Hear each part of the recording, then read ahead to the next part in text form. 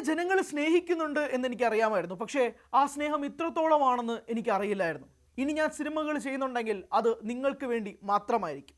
കഴിഞ്ഞ ദിവസം 100 കോടി ക്ലബ്ബിൽ കയറിയ സർവമായ എന്ന സിനിമയുടെ സക്സസ് സെലിബ്രേഷൻ ആഘോഷിക്കാൻ വേണ്ടി സർവമായയുടെ ടീം അണിയറ പ്രവർത്തകരൊട്ടാകെ തിയേറ്ററുകളിലേക്ക് എത്തി. കൊച്ചിയിലെത്തിയ നിവിൻ പോളിയും സംഘവും അറിയാതെ ഒന്ന് സ്തംഭിച്ചുപോയി, പെട്ടെന്നൊന്ന് ഞെട്ടിപ്പോയി. സിനിമ കണ്ടിറങ്ങിയ പ്രേക്ഷകർ എഴുന്നേറ്റ് നിന്ന് ആ ടീമിനെ ഇരുകൈകൾ നീട്ടി സ്വീകരിക്കുകയായിരുന്നു, എഴുന്നേറ്റ് നിന്ന് കൈയടിക്കുകയായിരുന്നു.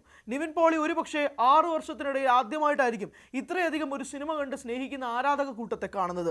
അത് നിവിന് ഒരു പുതിയ കാഴ്ചയല്ലെങ്കിൽ പോലും ഒരു 6 വർഷത്തെ ഇടവേളയ്ക്ക് ശേഷം കാണുന്ന ഒരു പ്രമുഖ നായകനെ സംബന്ധിച്ചിടത്തോളം അത് കണ്ണീരടക്കാൻ കഴിയാത്ത നിമിഷവും കൂടിയായിരുന്നു. റിയ ഷിബു എന്ന പുതുമുഖ താരത്തെ നെഞ്ചിലേറ്റുന്ന മലയാളി പ്രേക്ഷകരെ നമ്മളിപ്പോൾ കണ്ടുകൊണ്ടിരിക്കുകയാണ്. പ്രീതി മുകുന്ദനെ പരിചയമുണ്ടെങ്കിൽ പോലും ഒന്ന് ജനപ്രിയമായ സിനിമയിൽ കൂടെ പ്രീതി മുകുന്ദനെ കാണാൻ സാധിച്ചതിൻ്റെ സന്തോഷവുമുണ്ട്. നേരെ മറിച്ച് സത്യൻ അന്തിക്കാടിൻ്റെ ലെഗസി അഖിൽ സത്യൻ കാത്തു സൂക്ഷിക്കുന്നതിൻ്റെ സന്തോഷവും മലയാളികൾക്കിടയിലുണ്ട്. പക്ഷേ നിവിനെ സംബന്ധിച്ചിടത്തോളം ഇത് അതിനേക്കാളും ഉപരി തൻ്റെ നിലനിൽപ്പിൻ്റെയും കൂടി ഒരു പ്രശ്നമായിരുന്നു. ഏത് സിനിമകൾ സ്വീകരിക്കണം എന്ന് പോലും അറിയാതെ ചിലർ ആക്ഷൻ സിനിമകൾ ചെയ്യാൻ പറയുന്നു, ചിലർ കോമഡി സിനിമകൾ ചെയ്യാൻ പറയുന്നു, ചിലർ റൊമാൻറ്റിക് സിനിമകൾ ചെയ്യാൻ പറയുന്നു, ചിലർ ഏതൊക്കെയോ സിനിമകൾ ചെയ്യാൻ പറയുന്നു, ചിലർ സിനിമയൊന്നും ചെയ്യേണ്ട പുറത്തേക്ക് പോകുന്നു പറയുന്നു വിടുന്നു. അങ്ങനെ ഒരു നടൻ്റെ 6 വർഷത്തെ സമ്മർദ്ദമാണ് സർവമായ എന്ന സിനിമയുടെ റിലീസിലൂടെ നിവിന് ഒന്ന് മാറിക്കിട്ടുകയും ചെയ്തത്.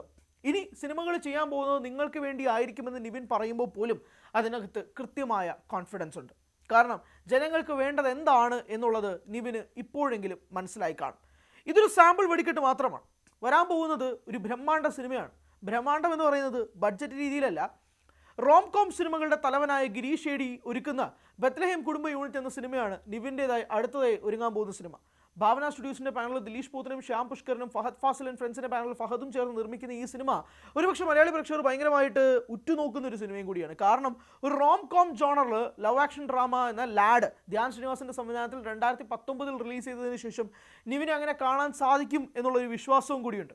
മാത്രമല്ല തണ്ണീർമത്തൻ ദിനങ്ങളും സൂപ്പർ ശരണ്യയും ഇപ്പോൾ ഏറ്റവും ഒടുവിൽ ഇന്ത്യൻ സിനിമയിൽ ഒട്ടാകെ തന്നെ തരംഗമായ പ്രേമല ഉൾപ്പെടെ സമ്മാനിച്ച ഗിരീഷ് ഷേഡി നിവിനെ വെച്ചൊരു സിനിമ ചെയ്യുമ്പോൾ ഈ ജോണറിൽ 2 പ്രമുഖരായ ഒരു സംവിധായകനും ഒരു നടനും ചേർന്ന് ഒരുമിക്കുന്നു എന്നുള്ള പ്രത്യേകതയും കൂടിയുണ്ട്.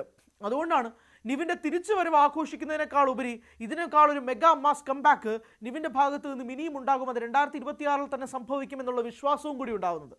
കഴിഞ്ഞ ദിവസം ബത്ലഹേം കുടുംബ യൂണിറ്റ് എന്ന സിനിമയുടെ ഷൂട്ടിംഗ് ആരംഭിക്കുകയും ചെയ്തു. ആ ഷൂട്ടിംഗ് ആരംഭിക്കുമ്പോൾ മുതൽ തന്നെ ആരാധകർ ഭയങ്കരമായ ആഘോഷത്തിലാണ്. കാരണം സർവമായയുടെ ഈ വിജയത്തിന് ശേഷമാണ് ബത്ലഹേം കുടുംബ യൂണിറ്റിൻ്റെ ഷൂട്ടിംഗ് തുടങ്ങുന്നത്. സ്വാഭാവികമായും നിവിനിപ്പോൾ പൾസ് മനസ്സിലായി.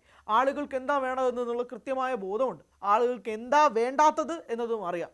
അതുകൊണ്ട് ആ റൂട്ടിൽ തന്നെ കളിച്ചുകൊണ്ട് നിവിൻ മുന്നോട്ട് പോകാൻ തന്നെയാണ് സാധ്യത. അതുകൊണ്ട് തന്നെയാണ് നിവിൻ പറഞ്ഞത് ഇനി അടുത്ത 1 വർഷത്തേക്ക് എൻ്റർടൈൻമെൻറ്റ് സിനിമകൾ മാത്രമേ ഞാൻ ചെയ്യുന്നുള്ളൂ എന്നുള്ളത്.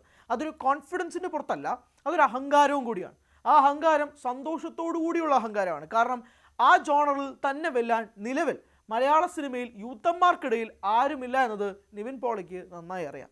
കാരണം അയാളുടെ കൈകളിൽ ഭദ്രമായി നിൽക്കുന്ന അയാളുടേതായ ചില ചേഷ്ടകളുണ്ട്.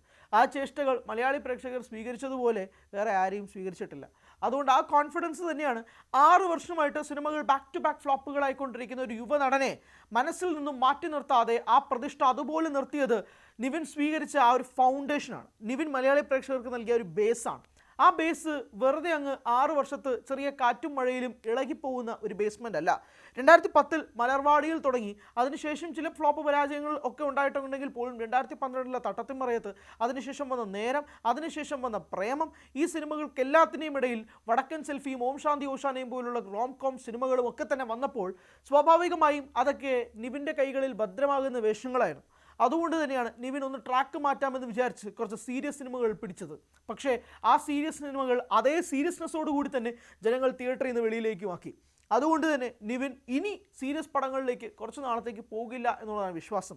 വരാൻ പോകുന്നത് ചില പ്രധാനപ്പെട്ട പ്രോജക്ട്സ് ഉൾപ്പെടെയുണ്ട്. ബി ഉണ്ണികൃഷ്ണൻ സംവിധാനം ചെയ്യുന്ന ഇതുവരെ പേരിട്ടിട്ടില്ലാത്ത സിനിമയാണ് നിവിൻ്റേതായി അടുത്തത് റിലീസിന് ഒരുങ്ങാൻ പോകുന്ന സിനിമ. അതിനുശേഷമായിരിക്കാം അരുൺ വർമ്മയുടെ സംവിധാനത്തിൽ വരുന്ന ബേബി ഗേൾ എന്ന സിനിമയുടെ റിലീസും. ഈ 2 സിനിമകളും താരതമ്യേന ഒരു ഹ്യൂമർ സിനിമയല്ലെങ്കിൽ പോലും പക്ഷേ നിവിന് ആ 2 സിനിമകളും ഒരു തിളക്കം കുറവുണ്ടാകാൻ പോകുന്നില്ല എന്നുള്ളതും കൂടി വ്യക്തമാണ്. എന്തായാലും അയാളുടെ പ്രവൃത്തിയിൽ നിന്നും ഒരു കാര്യം വ്യക്തമാണ്. ഇനി മലയാളി പ്രേക്ഷകരെ വിഷമിപ്പിക്കാനോ അയാളുടെ കരിയർ തന്നെ ഇല്ലാതാക്കാനോ നിവിൻ ഇനി ശ്രമിക്കില്ല എന്നുള്ളത്.